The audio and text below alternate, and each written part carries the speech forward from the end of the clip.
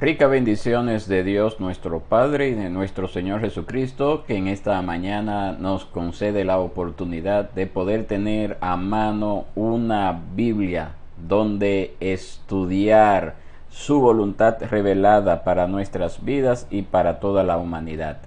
Qué hermoso día el Señor nos regala. Si usted está en un lugar donde puede tener una Biblia impresa, o donde usted puede tener internet y puede estudiarla de manera en línea, online, usted es una persona agraciada, bendecida. Así que aproveche esa oportunidad que el Señor le regala y dedíquese a estudiar de manera sistemática las Sagradas Escrituras. En esta mañana nos corresponde leer Romanos capítulo 7 y capítulo 8.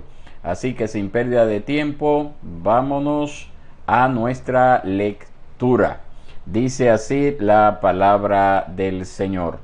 ¿Acaso ignoran, hermanos, pues hablo a los que conocen la ley, que la ley tiene jurisdicción sobre una persona mientras vive? Pues la mujer casada está ligada por la ley a su marido mientras él vive. Pero si su marido muere, queda libre de la ley en cuanto al marido. Así que mientras vive su marido, será llamada adúltera si ella se une a otro hombre. Pero si su marido muere, está libre de la ley, de modo que no es adúltera, aunque se una a otro hombre. Por tanto, hermanos míos, también a ustedes se les hizo morir a la ley por medio del cuerpo de Cristo, para que sean unidos a otros, a aquel que resucitó de entre los muertos, a fin de que llevemos fruto para Dios. Porque mientras estábamos en la carne, las pasiones pecaminosas despertadas por la ley actuaban en los miembros de nuestro cuerpo a fin de llevar fruto para muerte. Pero ahora hemos quedado libres de la ley, habiendo muerto a lo que nos ataba, de modo que sirvamos en la novedad del Espíritu y no en el arcaísmo de la letra. ¿Qué diremos entonces? ¿Es pecado la ley? De ningún modo. Al contrario, yo no hubiera llegado a conocer el pecado si no hubiera sido por medio de la ley, porque yo no hubiera sabido lo que es la codicia si la ley no hubiera dicho no codiciarás. Pero el pecado, aprovechándose del mandamiento, produjo en mí toda clase de codicia, porque aparte de la ley, el pecado está muerto. En un tiempo yo vivía sin la ley, pero al venir el mandamiento, el pecado revivió y yo morí.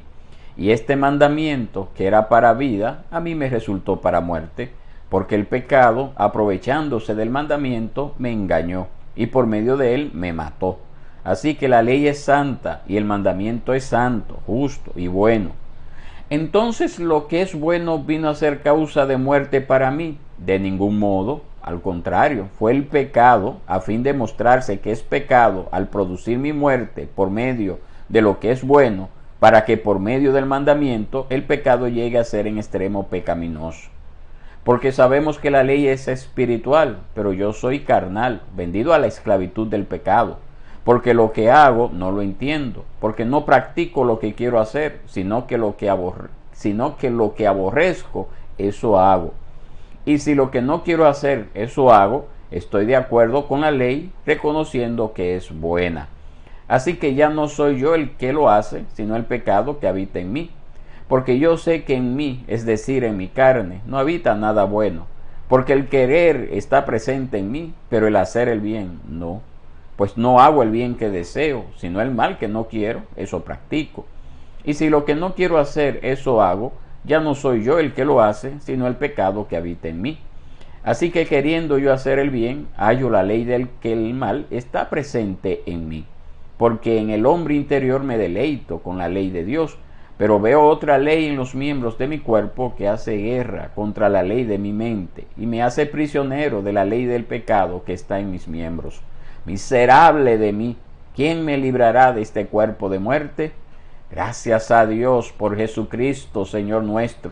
Así que yo mismo, por un lado, con la mente sirvo a la ley de Dios, pero por el otro, con la carne, a la ley del pecado. Capítulo 8.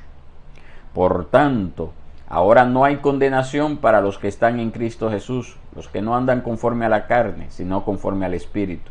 Porque la ley del Espíritu de vida en Cristo Jesús te ha libertado de la ley del pecado y de la muerte.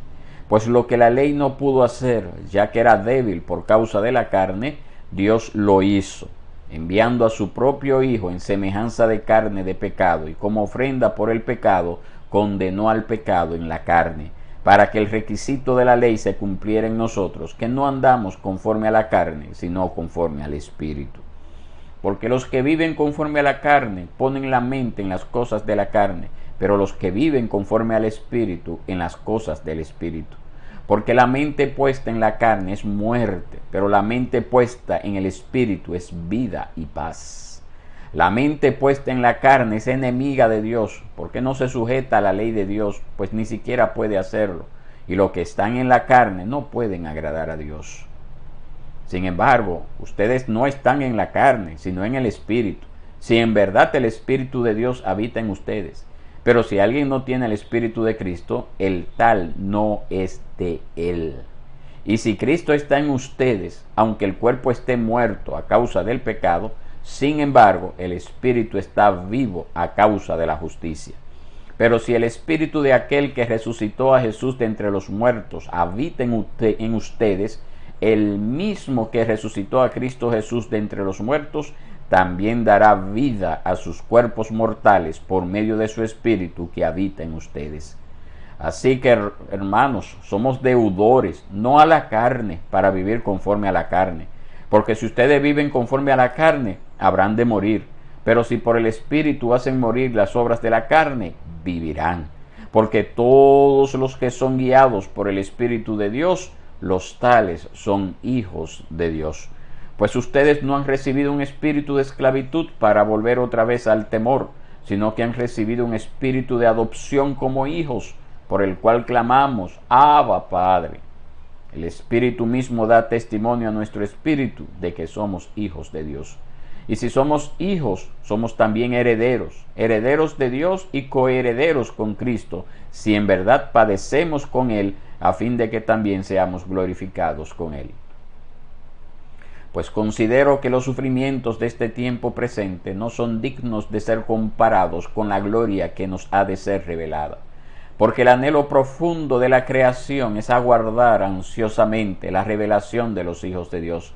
Porque la creación fue sometida a vanidad, no de su propia voluntad, sino por causa de aquel que la sometió, en la esperanza de que la creación misma será también liberada de la esclavitud de la corrupción a la libertad de la gloria de los hijos de Dios. Pues sabemos que la creación entera gime y sufre hasta ahora dolores de parto. Y no solo ella, sino que también nosotros mismos, que tenemos las primicias del Espíritu, aún nosotros mismos gemimos en nuestro interior, aguardando ansiosamente la adopción como hijos, la redención de nuestro cuerpo. Porque en esperanza hemos sido salvados, pero la esperanza que no se ve no es esperanza, pues ¿por qué esperar lo que uno ve? Pero si esperamos lo que no vemos, con paciencia lo aguardamos. De la misma manera, también el Espíritu nos ayuda en nuestra debilidad. No sabemos orar como debiéramos, pero el Espíritu mismo intercede por nosotros con gemidos indecibles. Y aquel que escudriña los corazones sabe cuál es el sentir del Espíritu, porque Él intercede por los santos conforme a la voluntad de Dios. Y sabemos que para los que aman a Dios todas las cosas cooperan para bien, esto es, para los que son llamados conforme a su propósito. Porque a los que de antemano conoció, también los predestinó a ser hechos conforme a la imagen de su Hijo, para que Él sea el primogénito entre muchos hermanos. A los que predestinó, a esos también llamó. A los que llamó, a esos también justificó. A los que justificó, a esos también glorificó.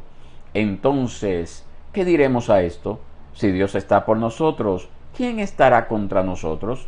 El que no negó ni a su propio Hijo, sino que lo entregó por todos nosotros, ¿cómo no nos dará también junto con Él todas las cosas?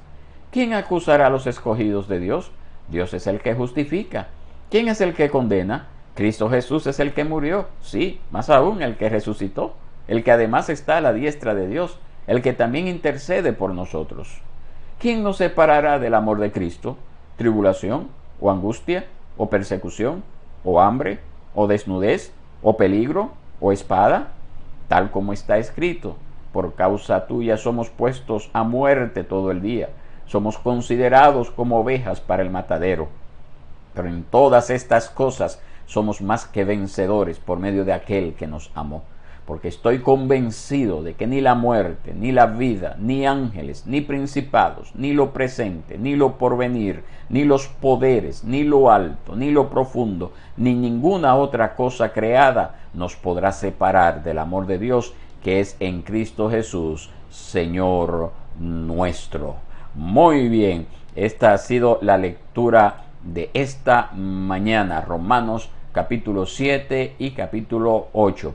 Palabras de aliento para todo aquel que se hace llamar cristiano, o mejor dicho, todo aquel que tiene el Espíritu de Dios habitando en su corazón, y ese Espíritu da testimonio a su espíritu de que real y efectivamente es hijo de Dios.